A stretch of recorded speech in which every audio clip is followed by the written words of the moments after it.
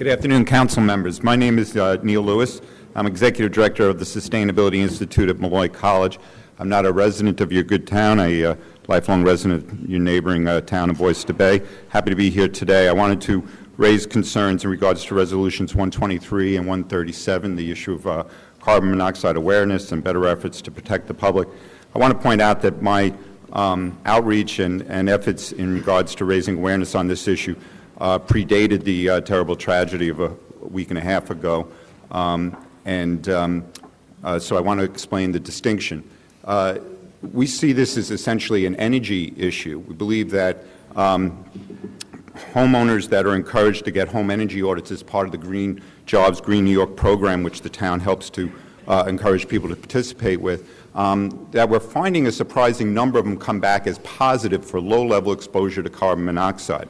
So we've been encouraging the County of Suffolk declared January of this year Carbon Monoxide Awareness Month, and really the emphasis, again, before the tragedy was to raise awareness of these low-level exposures. So what we'd like to do is to combine the efforts to require carbon monoxide monitors in all buildings, or expanding the definition of which buildings it would be subjected to also include that the monitors be fitted with low-level digital readouts. And so the monitor I have in my hand is one that is widely available at local stores.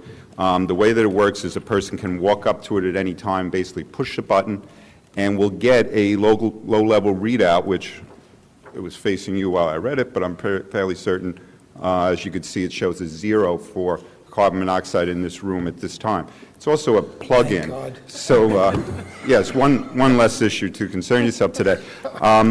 But for the most part, if you don't have the digital readout, you could be working in an environment where you're being subjected to a level of carbon monoxide that can cause health effects. So one of the things that I would like to point out is there's a New England Journal of Medicine article that points out that doctors need to be better educated, that people can be suffering from low-level exposure, causing severe migraines and other problems. We believe there's tens of thousands of homes all across Long Island that have these low-level exposures.